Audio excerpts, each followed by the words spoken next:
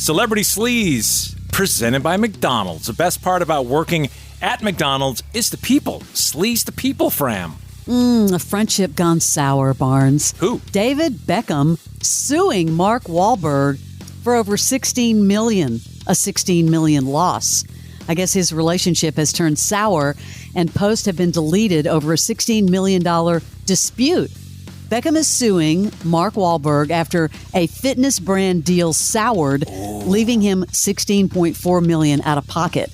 I guess his firm, DB Ventures, is claiming that Mr. Wahlberg duped him into working with F45. Is this the one that he constantly promotes? Yeah. Beckham agreed to be the firm's global ambassador when he moved to L.A., where he and Wahlberg became friends, because, they were friends. He's also suing the actor's firm, Mark Wahlberg Investment Group and Gym Group, F45's founder. He claims he lost more than $16.4 million when stocks he was promised were withheld until after share prices plummeted.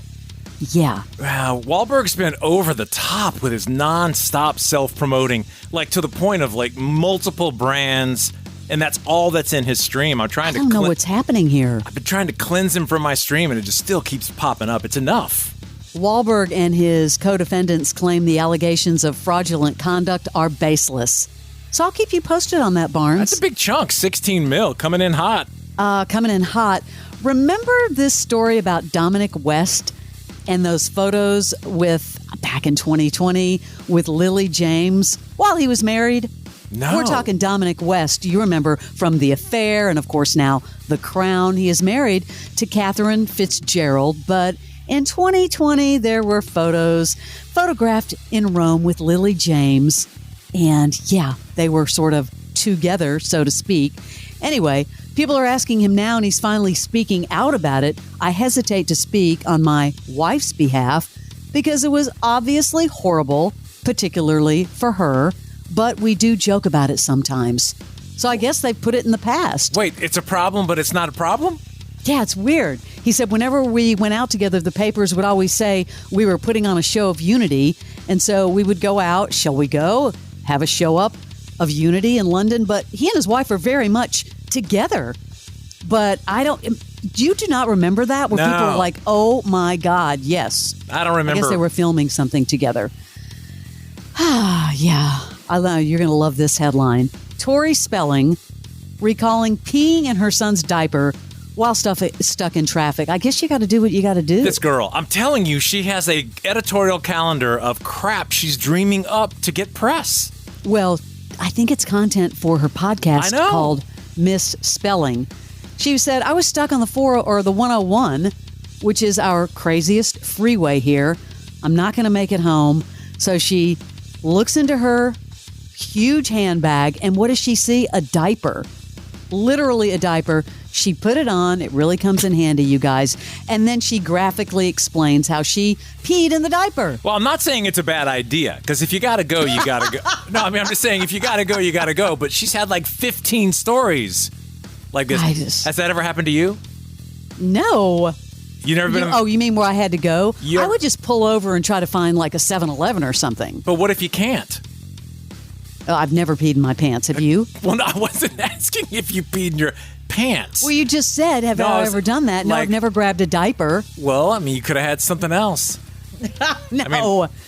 Yeah, on the way to the Hall of Fame in Cleveland, it was what? Gridlock, but I had one of those Coke bottles, the plastic ones, the big ones. Yeah, like the liter. I didn't fill it up. I'm just saying, if you got to go, you got to go. Well, I'm really impressed that you're actually talking about this. Well, who hasn't been in that situation? I'm really, really impressed that you're making this confession on the air. Well, okay, now... You're not going to just get out and gridlock on the cement and just start taking a whiz. I drink my Diet Coke and it comes right back out into the canister where it came from. I do love the cast. Oh, by the way, don't try it with a can. No, you can't do that with a can. That might hurt. Yes. Easy. I do love the cast of Ted Lasso, especially Hannah Waddingham. On Sunday's sit down with Willie Geist, she kind of remembers the first time she and Jason Sudeikis offered her the role as Rebecca in Ted Lasso. He doesn't give compliments lightly. When he said, I saw Rebecca first and then I had to get to know Hannah, that was just gorgeous. This show is so coming back. You know it is. I wish it would. It's totally. I don't want an offshoot. I want the show. I bet it is. I want the show. Kim Kardashian and Netflix are teaming up. She has apparently sold the show, are you ready for this? Calabasas, to the streaming service that she is producing alongside Emma Roberts. Calabasas? I mean, come on. That's where she lives. I've been to her house. Yes, it's based on the book If You Lived Here, You'd Be Famous by Now. Tell me about her house, Barnes. Well, I went in the Kanye days because our buddy Ken Fuchs lives in that community. It's a gated community, and he took us down. He said, you'll have to see this because he has some kind of really crazy Christmas light show. And so we drove down there. He goes, you watch, you'll be a security guard. Now, they're in a gated community, and they have these dudes, these big dudes in a van just sitting in front of their house. Big dudes in a van. Yeah, and the house had a bazillion lights. So those were the Kanye days, but those days are gone. I'm assuming she's still in that same house. Following the story of a 16-year-old girl from Midwest Catholic school who moves to California, and her life is turned upside down. Yeah, Kim's been moving more and more into television production. She is also set to star in Fifth Wheel for Netflix, as well as apparently star in a thriller for Amazon. Isn't she losing? She's a busy girl. Did I see like 10,000 followers a minute or something? Yeah, I was going to mention this because there's one song on the new Taylor Swift album that everyone says is about Kim Kardashian. So the Swifties are retaliating. Apparently, Kim is losing 20,000 followers a day. Oh, a day? Up to, I think, over 75,000 now on Instagram alone. Although she's in the millions on Instagram, but still, that's a lot of people to say bye-bye. I can safely say this because both my kids are in college in other cities. The lyrics are pretty stupid from this new album. Well, it's interesting because remember I mentioned Pace Magazine, they wouldn't name the person that did the review because that last review got death threats. Well, she's really smart, Taylor, because now she's posting all of the amazing reviews from all the other publications. And I'm talking big publications talking about how she's a poet. There's a lot of people loving this new album. But she's to the point where she's just writing what she sees. I mean, I saw on TMZ they were breaking down, for some reason, a couple of the songs. And it's like literally, I saw you score the touchdown.